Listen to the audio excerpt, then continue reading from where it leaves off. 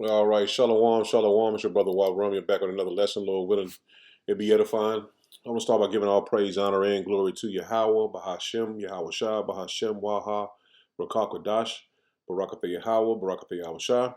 Double honors to the apostles, the elders, bishops of Great Millstone who taught me this truth. Shalom to the 144,000 men of the Lord.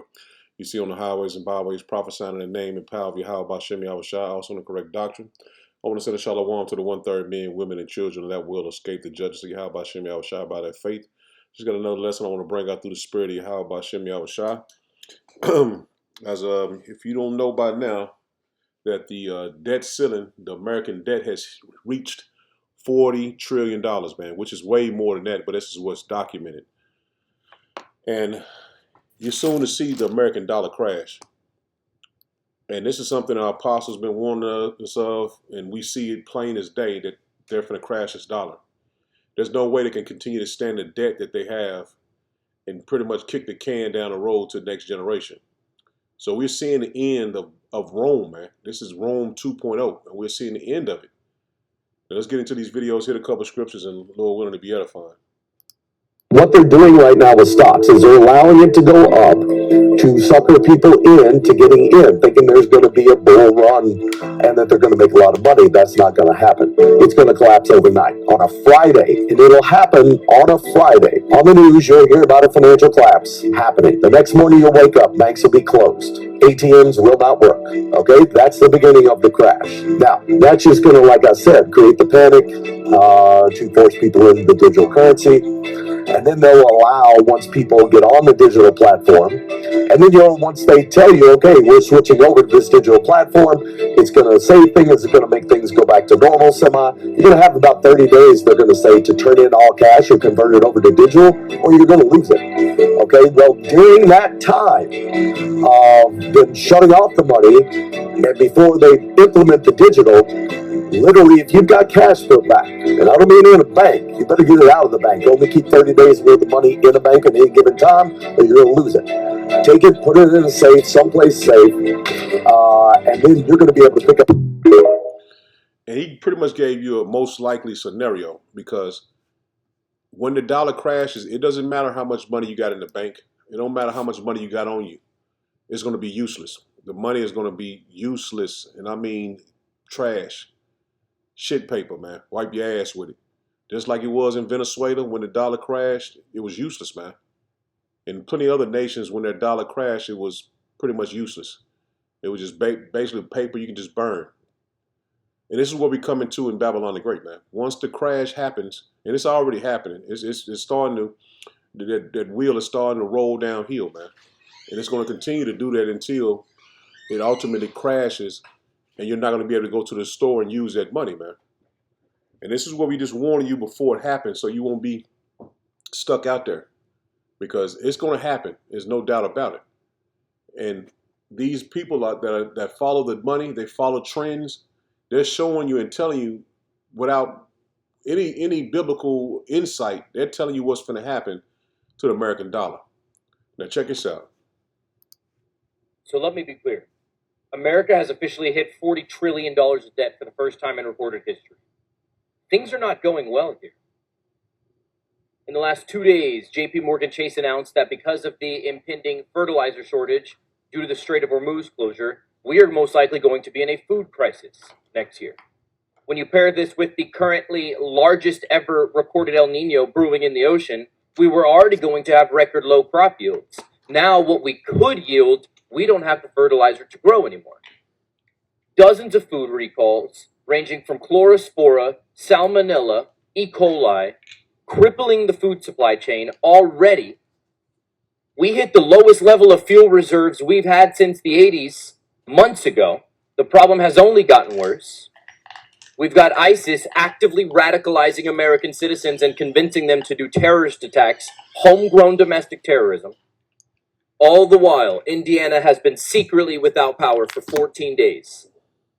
Yet we just keep throwing dollars at a war that has nothing to do with us. I truly believe America is on the verge of collapse, and people either have their eyes shut or have no access to the information because the media is not talking about this. Please share this video with your people so they understand what's going on in our country. And as always, Prepare yourself, protect yourself, and don't tell nobody about it. It's the cherry on top. The FBI has reported over a dozen different states are recording cyber attacks to their water infrastructure. Yeah, and that's plain, man. Nobody, they're not going to tell you on the news that the American dollar is going to crash, that the infrastructure pretty much is vulnerable for a terrorist attack and knocking the power out for 18 months in America. They're not going to come out there and say that to you, man, because they know that it'll be chaos in the streets, man. The people will uprise against the government. They're not going to cause the people to come against them. So the only ones that understand and know this is the ones that's pretty much, basically seeking the Lord, and those that seeking information and knowledge. And like I said, a lot of Edomites bring this information out. But this is for the elect, man. We know what's going to happen and what's coming, because we've been known and prepped from the Lord many years ago, man, starting with the apostles and elders, man. Now, this is the Treasury Secretary, Scott Bessent, on the U.S. national debt crossing 40 trillion threshold, man. And they never had this much debt, man. And also, I got to get that video, that Japan, their stock market is crashing, and they're the biggest holder of stock bonds. It is, man. So you're seeing it happen in real time. This place is being systematically destroyed, man, from within. And this is what DJT was put in office for. He was the Trojan horse, man, to destroy from within. Now listen to what he's saying, man. This is the Treasury Secretary that controls the financial system in Babylon the Great. $40 trillion mark that we passed for the national debt. Would you comment on that, and how do we reverse that? Yeah, the 40 trillion is a big number. It is smaller when we look at the publicly traded amount, because our Social Security funds and other government entities hold a substantial amount. And what we're going to do, we have to grow our way out of this. And as I talked about at G20 in Asheville, we are going to talk about the U.S. growth strategy and encourage the rest of the world to come along with us. We are also, I announced that Director Russ Vought and I have been tasked with looking at fiscal consolidation. I think the numbers are not the actual numbers now. We've had to do substantial tariff refunds due to the court ruling, but with the Section 301 tariffs, I am confident that we will be back to the same level, if not higher, of tariff income for last year, and that is most of the increase in the deficit. And remember, we did not get here in a day. That we were left with a mess. The Biden administration had the highest deficit to GDP in history when we weren't at war or weren't in a recession. For 2025, we brought it down by more than 1%. And that's a lie, because since DJT's been in office, it's been 1.8 trillion added to the deficit, man. I'm not saying that Biden didn't add to it either. He added to it as well, but DJT ain't been in office not even 2 years, and they added 1.8 trillion to the deficit, man. They can continue to have this type of debt and continue to, they can't pay it back, man. So this is Salakia.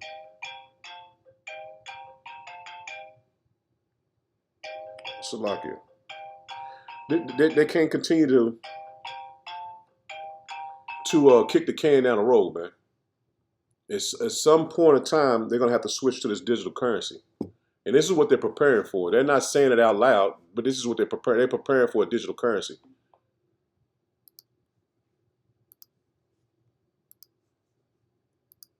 It's official, the US just admitted it, which means no one is safe from what's coming next. Not your wallet, your paychecks, your savings, your cost of living. In fact, life as you know it is about to change. In case you missed it today, the US announced that we are buying back our own debt because nobody else wants it. I'm a monetary analyst. It's what I do for a living. I study the dollar. And a year ago, almost to the day, I predicted that yield curve control was coming, which is essentially when the US Ponzi scheme really kicks into high gear, and is exactly what we're seeing today. Instead of the Fed issuing new currency to buy the debt, the US Treasury is issuing more debt to buy our existing debt so we can keep issuing more debt. And if that sounds confusing, it's because it is. You don't need to know all the technical details. All you have to know is that the media is going to tell you that this is not technically quantitative easing, that inflation will not rise because of this, but do not be fooled. What they're counting on people not realizing is that yield curve control was used here in the US during World War II, when spending exploded and there were no buyers of debt. So what did they do? They said, we'll just buy our own debt. This will guarantee the interest rates won't rise that much because the second they do, we'll just keep buying all the debt. Which sounds great in theory. They saved the system, but guess who paid? Everyday Americans. In just a few years, inflation jumped up to 18%. Can you afford if every single bill in your life jumps up another 18%? But not only that, the debt today is 10 times what it was during World War II in real terms. That means inflation adjusted, meaning that today's fallout would be far worse. We could be looking at not only double-digit inflation, but far greater than 18%. What this is really telling us is that the US is growing more and more desperate and that they're having to step in at a much more frequent rate. And every time throughout history that a country has had to do that, it always results in higher inflation for the citizens.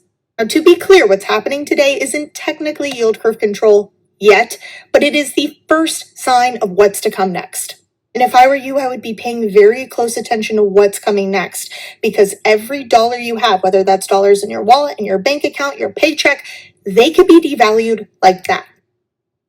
And it's going to be devalued. That's what I was just saying. It's going to crash, man. Your money is going to be worthless. So it don't matter. The hyperinflation, shrinkflation, everything that they've trying to pretty much hold back the crash of the economy is not working anymore. I was just speaking to a customer of mine today, and they said the housing interest rate is like at 7.9, man, which a couple years ago was 2.9. Then I think it went up to 3.3. And this is over like 10 years, man. Now in this economy, no one can buy a house. You can't buy a house when the interest rate is at 7.9, man. You can't pay, you won't be able to pay that shit back. And all the houses have, like she said, inflation has drove the housing prices up 2 to 3 times the amount that it was just a couple years ago, man. So that's why so many people are in debt, man. People can't even afford an apartment. And it's only gonna get bad from here, man, because they're gonna switch the system over because they know that this can't go on like it is. You're gonna have the economic crash, and you're also going to have a famine, because like she was saying about the guy was saying before about the super El Nino. They're speaking about that coming in October, man, November. So you're at the cusp of all hell breaking loose, man. And this is what we just warning you before it happens, so you'll know and be prepared mentally and spiritually for what's coming. 3 fucking signs right now that it's about to get bad. Number 1, American Express is cutting limits, even on perfect credit customers. It did this twice before, 2008, 2020. I think you know what this means. Number 2, RV sales have plummeted. Whenever RV sales plummet, the economy's in trouble. And then lastly, strippers ain't making money no more. When these fucking simps don't have enough money to go pay the fucking horse in the strip club, the economy's bad. And not only that, though, when they can't afford to pay OnlyFans, man.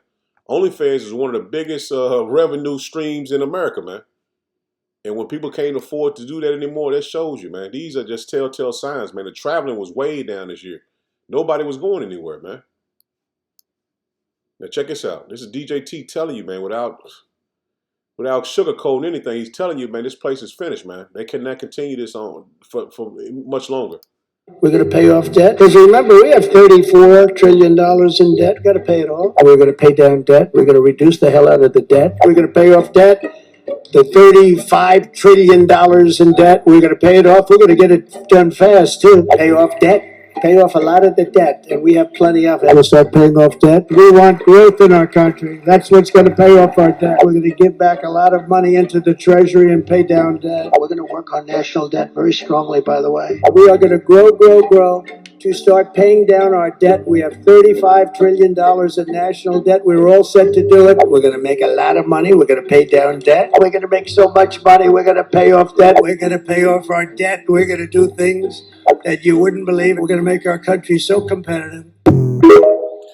And him telling you that was a clip of a bunch of clips together, but he's telling you can't pay it down, man. How can you pay down 40 trillion when he was in office the first time? They couldn't even pay down it was like 30 trillion, something like that. And like I said, it's way more. This is what's documented.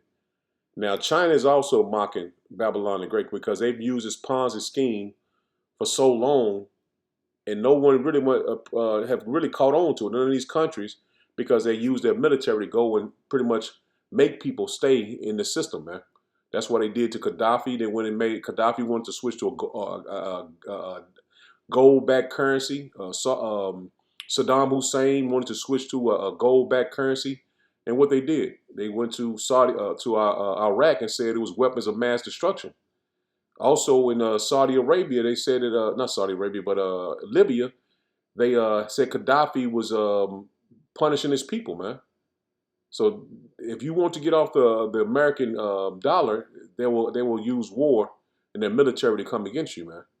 And they've been doing this for many, many years, man. Now, China, Russia, and the BRICS countries, they are bypassing the American dollar. And the Iran war, the reason why they went against the Iranians is because there was a shrinkage in the system, man.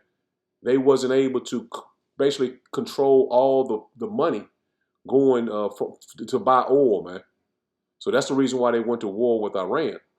But it pretty much backfired because they didn't know Iran was strong as it was, man. And now these nations, the BRICS nations, are backing them. China, Russia, I think North Korea. But those nations are backing Iran, man. They're giving them all type of weapons to fight off Babylon the Great, man. Now, this is, like I said, this is a little video that China put together, but they're mocking the American system, man.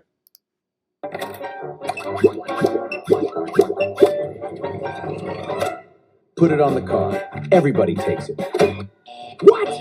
I haven't even hit the limit. There's a payment due, and the interest is piling up. You've got quite a situation here. Easy. Hello? It's me again. Fancy another round of investment? It's risk-free. For me. See? Wait, you just borrowed new money to pay the old bill? We call that refinancing. How are you still getting loans? Shouldn't your financial situation have gotten you blacklisted by now? Well, everyone needs my dollars, and my IOs happen to be denominated in my dollars. Convenient, huh? You're getting close to the debt ceiling. Maybe you could put something back? Are you crazy? These are urgently needed. I know what your priorities are now. And if I hit the ceiling, I'll just move the ceiling, like I always do. Who's gonna handle the debt finally? Relax. Just kick the can down the road. Future Eagles will handle it. See, mocking him said, kick the can down the road for future Eagles to pay the debt.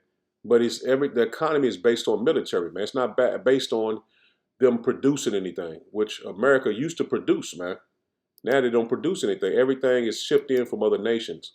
And that's why the DJT has tariffs on all these nations, because they're getting rich off Babylon the Great because they don't produce anything, man. Only thing America produces is war, military might, military weapons. And see, now that that everybody's pretty much catching on to it, they don't really have the power that they project, man. They don't have the money, the weaponry that they have, man. That's why everybody is pretty much turning their back, man. They're alienating Babylon the Great, man. And this is the end of the Roman Empire, and the empire that was once Rome, man. Because this is an extension. This is Rome 2.0, man. That's why, the apostles, said Nero, that DJT was Nero in reincarnation, man, which that makes all the sense in the world, because at the end of Rome's empire, Nero was ruling it. And this is the same thing with Babylon the Great. The Nero of this modern day is DJT, which is, like I said, him reincarnation is ruling at the end of Babylon the Great, Rome 2.0, man.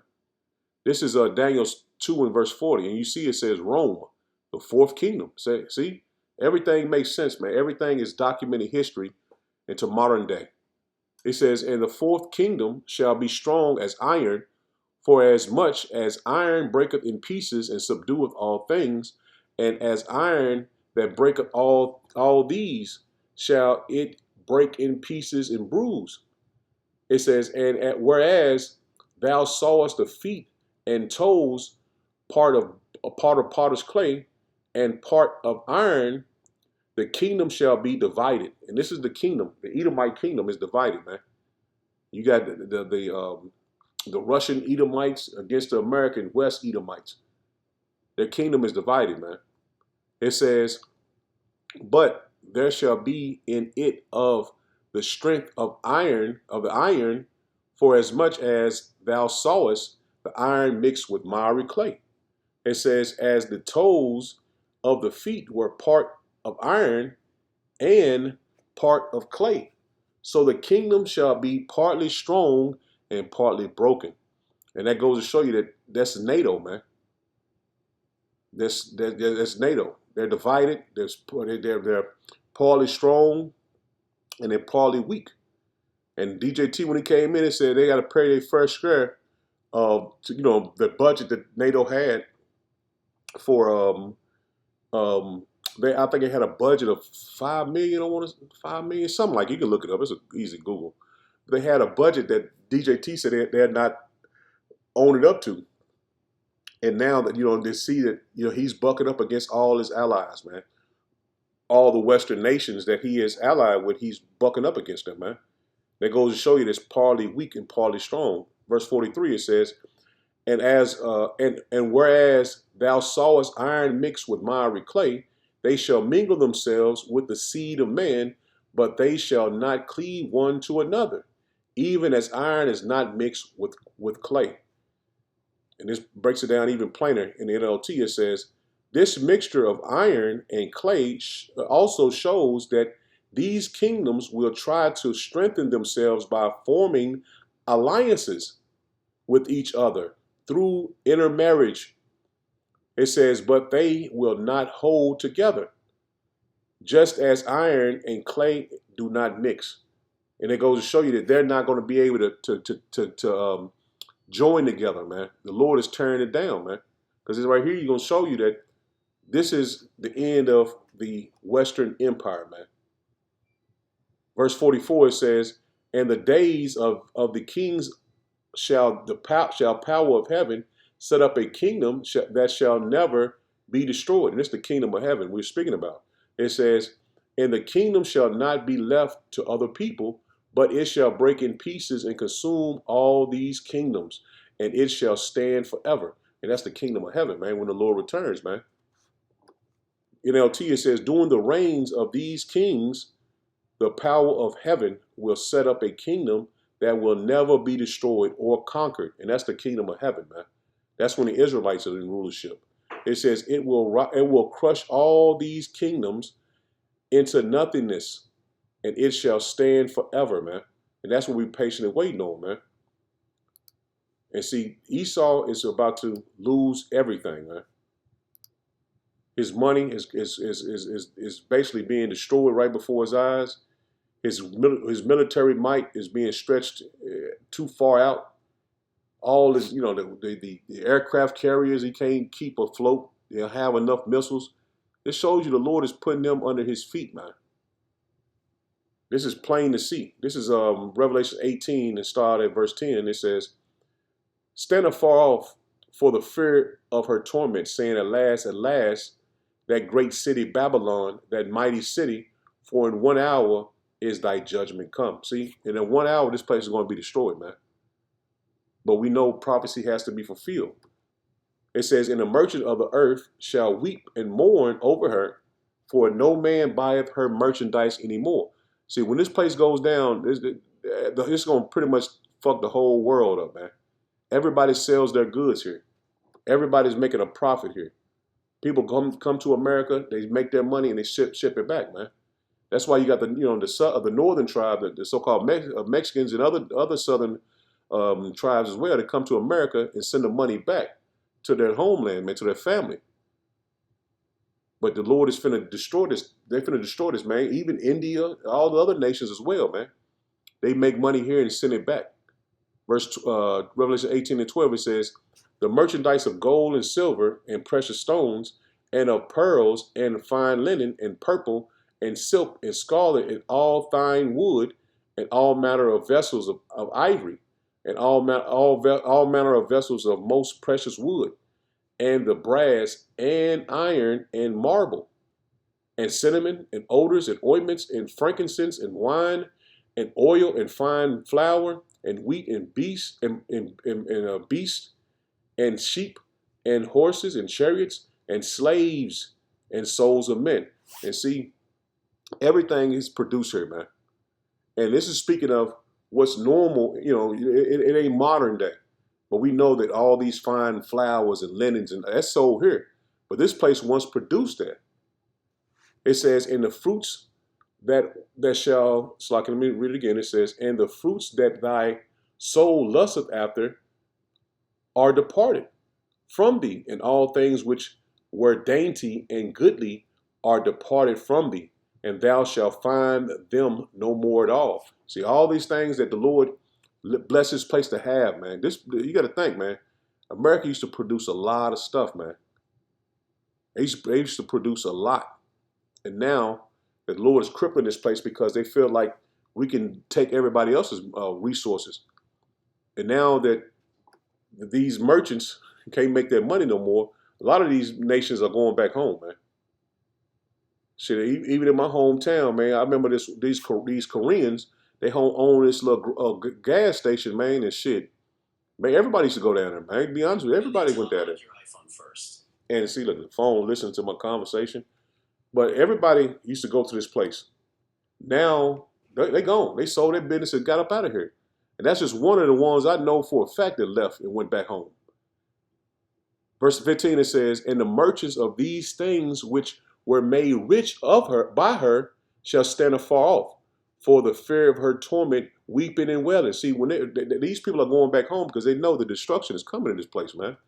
They don't know it, like we know it, but they see that the economy is crashing and there's no more money to make. 16, it says, and saying at last, that great city that was clothed with fine linen and purple and scarlet and decked with gold and precious stones and pearls, for in 1 hour so great riches. See, this place was, man, rich, man. They say this is the richest place in the earth, man. Babylon the Great. It says, for in 1 hour so great riches is come to naught. And every shipmaster and all the company of in ships and sailors and as many as trade by sea stood afar off. So when the Lord crashed the economy, destruction is at hand, man. There's no turning back from this.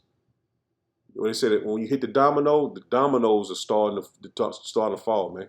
Dominoes start to fall in place. And we're seeing it ain't gonna take that long for the Babylon the Great to be destroyed, man. All those great riches, man, the richest country in the world, man, has come to nothing. It's pretty much already a third world country, but you're gonna see it physically be a third world country very soon, man.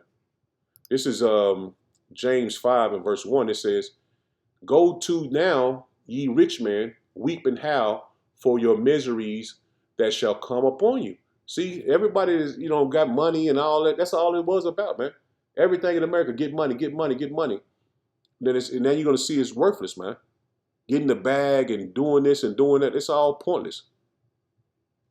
It says, your riches are corrupted and the garments are mouth-eaten.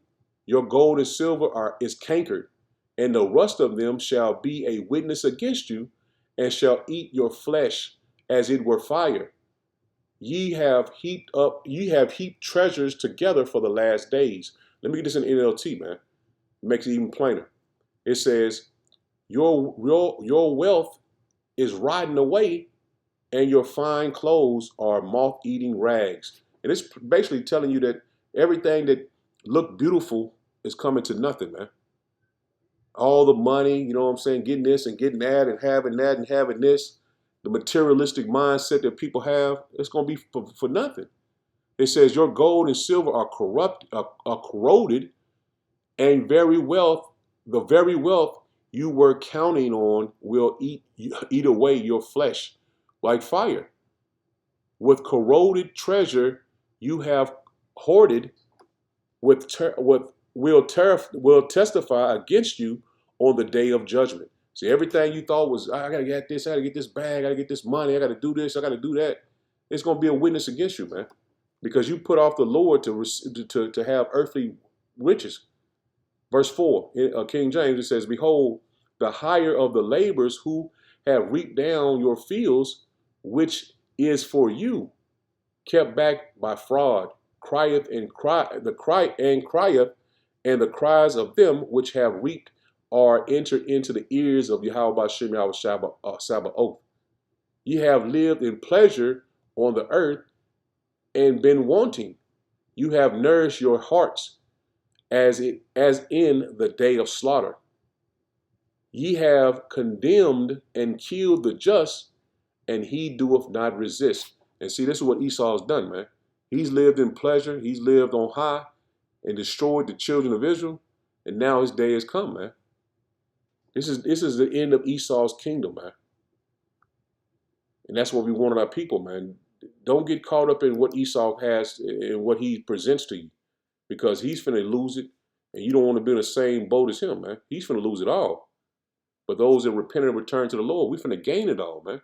This is 1 Timothy 6:10. It says, for the love of money is the root of all evil, which while some covet after, they have erred from the faith and pierced themselves through with many sorrows, man. Because when this dollar crashes, man, you gotta think all these jakes, man, that hit the club and party and thinking, well, I got a Benz, I got this, I got that. When that money is gone and when those materialistic things leave, they're gonna be at each other's neck, man. They're gonna be at each other's throat. Because this is all they've known, man. Having this and having that. And that's why it's going to be so much death. Because a lot of people are going to go after people's goods, man. Because you got to think, man, if you always had it and then turn around and never have it again, it's going to lead to you doing what you have to do, man. This is Luke 12, drop down to verse 33.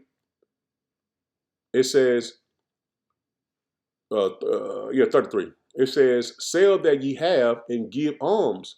Provide yourself bags which wax not old, a treasure in the heavens that faileth not. And this is what we're planning for, man. Constantly seeking the Lord, constantly building up our spiritual bank account that's in heaven, man. Because this is what's going to happen, man. The Lord is going to give protection to his elect.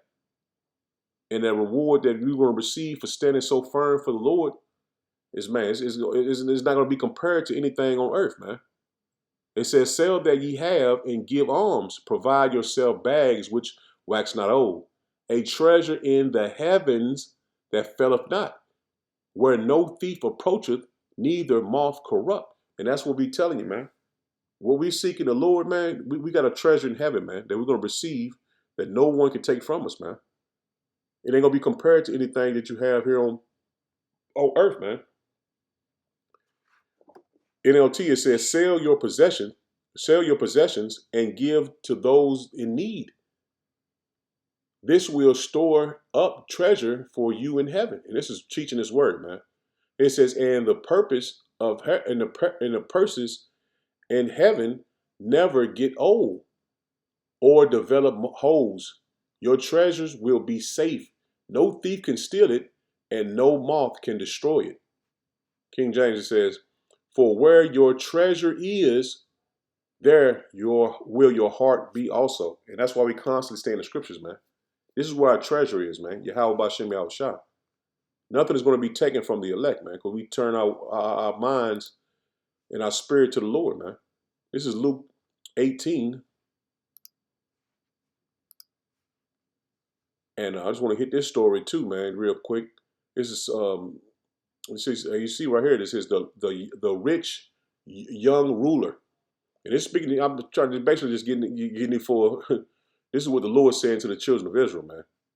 It says, this is Yahushua speaking, it says, now when Yahushua heard these things, he said unto him, yet lackest thou one thing, sell all that thou hast and distribute unto the poor, and thou shalt have treasure in heaven, and come follow me. So this is speaking of having treasure that is speaking about in heaven, man. It's teaching this word, man. Believing and having faith in Yahweh B'Shem Yahushua.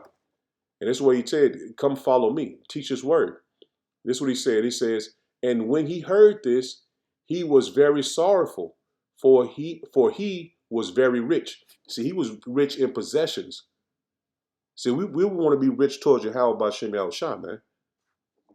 And he was looking on the earthly things that he has, not what the Lord has in store for him, man. He says, verse 24, it says, and when Yahushua saw that he was very sorrowful, he said, how hardly shall they that have riches enter into the kingdom of power? See, it's going to be hard for a lot of rich people to enter into the kingdom of heaven, meaning they won't put down their possessions. Everything is based on what they have here and not what the Lord has in store for them, man. It says, for it is easier for a camel to go through the needles of an eye than a rich man to enter into the kingdom of heaven, man, the kingdom of power. So that's why a lot of our people that have all these different materialistic things are not going to be able to walk away from what they have, man. Because in this faith, man, you're going to have to be able to walk away from your house, walk away from your cars. So you might have to walk away from your family. But this is what the Lord is putting before you, man. Follow me. Turn from everything else and follow me. 26, it says, and they that heard it said, who then can be saved? This is what the disciples said. Who then can be saved? That's why the Lord building your faith up now before the judgment comes. He says, and he said, the things which are impossible with men are possible with power, man. So the Lord will put his spirit on you to do this. You're now, he's putting his spirit on us now. That's why he's prepping us now before it actually comes, man. And this is all about faith. This is based on faith, man. This is Philippians 4 in verse 19. It says, but my power shall supply all your needs according to his riches in the glory of Hamashiach Yahushua, man. See, this is what we're preparing for. If we had to walk away from our house, all the possessions, cars, clothes, everything that we have, money, if we got to walk away from it, we got to walk away from it, man. NLT, it says, and this same power who takes care of me will supply all your needs from his glorious riches, which have been given to us in Hamashiach. And we have faith, man. This is what you're worried about, man. Nothing else. So I'm going to end it there. Lord, when was edifying. Shalom.